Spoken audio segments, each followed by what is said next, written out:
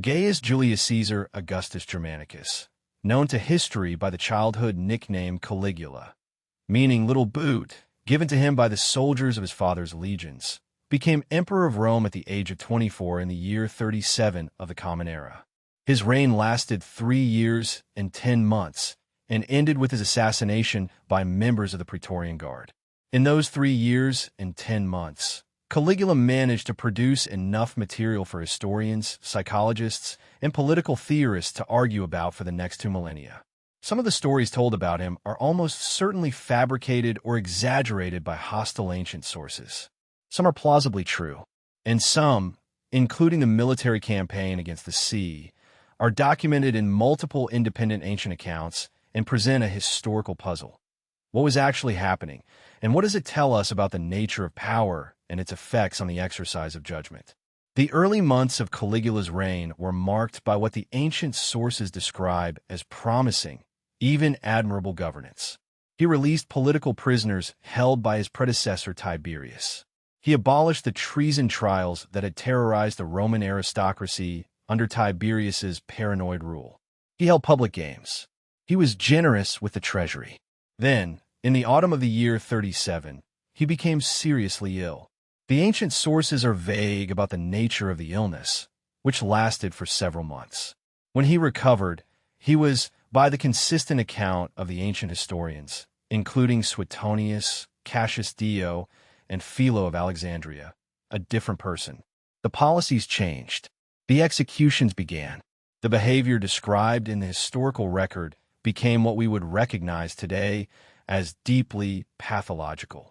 Whether the illness caused neurological damage, whether it represented the emergence of a pre-existing mental illness under the stresses of absolute power, whether the early good behavior was strategic self-presentation that became unnecessary once his position was secure, or whether the ancient historians systematically exaggerated and distorted their accounts of a merely bad emperor into a monster. These are questions that historians have debated without conclusive resolution. What the sources agree on is the general character of what followed. An emperor who had the power to execute, humiliate, or ruin anyone in the empire without legal consequence, who increasingly exercised that power in ways that his contemporaries experienced as arbitrary, irrational, and terrifying. The campaign against the sea took place in the year 40 of the Common Era, when Caligula marched the Roman legions to the coast of the English Channel, à Boulogne-sur-Mer, apparently for the purpose of invading Britain. Britain had been a target of Roman military ambition since Julius Caesar's expeditions in 55 and 54 before the Common Era. Caesar's campaigns had established Roman contact with the island and extracted tribute, but had not produced permanent occupation. A successful conquest of Britain would be a significant military achievement for any emperor seeking to establish his martial credentials. The army assembled. The legions marched. They reached the sea, and there, according to Suetonius and Cassius Dio, Caligula ordered them to draw up in battle formation facing the water. He then commanded them to attack the waves with their swords and javelins. When this assault on the ocean had been conducted, he ordered them to collect seashells from the beach, which he designated as plunder from the ocean, owed to the capital and the Palatine. He awarded military decorations for this campaign.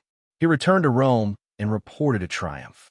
The ancient sources also describe, in some accounts, an episode in which Caligula had his soldiers fill their helmets and the folds of their clothing with the seashells and carry them back as the spoils of war. The episode, as described, is so bizarre that it has generated a range of interpretive responses. The rationalist interpretation, proposed by several modern historians, holds that what the ancient sources describe is a distorted account of something more mundane. One version of this argument suggests that the military exercises at the shore were a disciplinary action or a training drill rather than a genuine campaign. There is ancient evidence that the legions Caligula had assembled for the British campaign had, at some point, refused to cross the Channel, a mutiny, or at minimum a refusal of orders.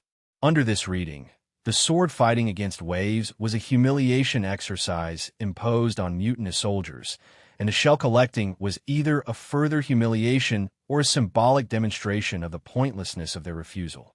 Another version suggests that the Latin sources use terms concus, the word for shells, and musculus, which can mean muscle but also means military siege engine, in ways that later ancient historians, summarizing earlier accounts, may have misread.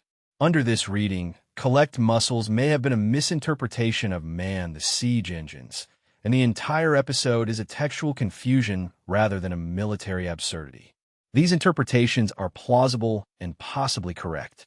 They reflect the legitimate historical caution about relying on hostile ancient sources for accounts of an emperor's erratic behavior, given that the authors had their own political and narrative reasons to maximize the emperor's apparent madness. But the rationalist interpretations require something that the historical record does not clearly support. They require that multiple independent ancient sources all misunderstood or misrepresented the same event in the same direction, producing a consistent false narrative of imperial insanity from what was actually a rational military episode. And the episode, even if distorted, did not occur in isolation. The same sources that describe the shell collecting also describe, with similar consistency, a series of other actions by Caligula that are difficult to rationalize away. His announced intention to appoint his horse Incitatus to the consulship, the highest civil office in Rome, his insistence on being worshipped as a living god, his habit of conducting mock trials of Roman senators ending in arbitrary condemnation, his reported statements about his own divine nature and his superiority to Jupiter. The consistent thread across these accounts is the behavior of a person who has internalized the logic of absolute power to its ultimate conclusion. If no one can constrain you, and if the consequences of your decisions fall on others rather than yourself, then your decisions need not be constrained by any external standard. They need only express your will. The sea was there. The army was there. The sea was not going to invade Rome. The army was. Commanding the army to attack the sea was, in this reading, an exercise of power for its own sake, a demonstration that the emperors will apply to everything, including the ocean, and that the meaning of an action was whatever the emperor declared it to be.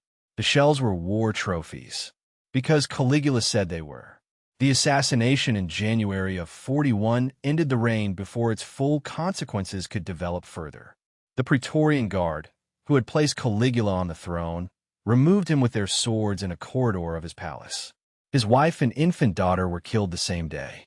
The Senate declared a damnatio memoriae, the official condemnation and erasure of his memory, though the documents and inscriptions commemorating him were not consistently destroyed. His successor, his uncle Claudius, who had survived the reigns of Tiberius and Caligula partly by cultivating an appearance of harmlessness, proved to be a capable administrator. Claudius completed what Caligula had ostensibly set out to do.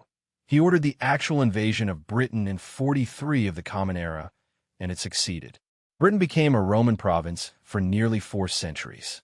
The legions that it stood on, the beach collecting seashells on the orders of an emperor at war with Neptune were, 2 years later, crossing the channel under an emperor who wanted a real conquest. The men were the same men. The channel was the same channel. The difference was the man giving the orders.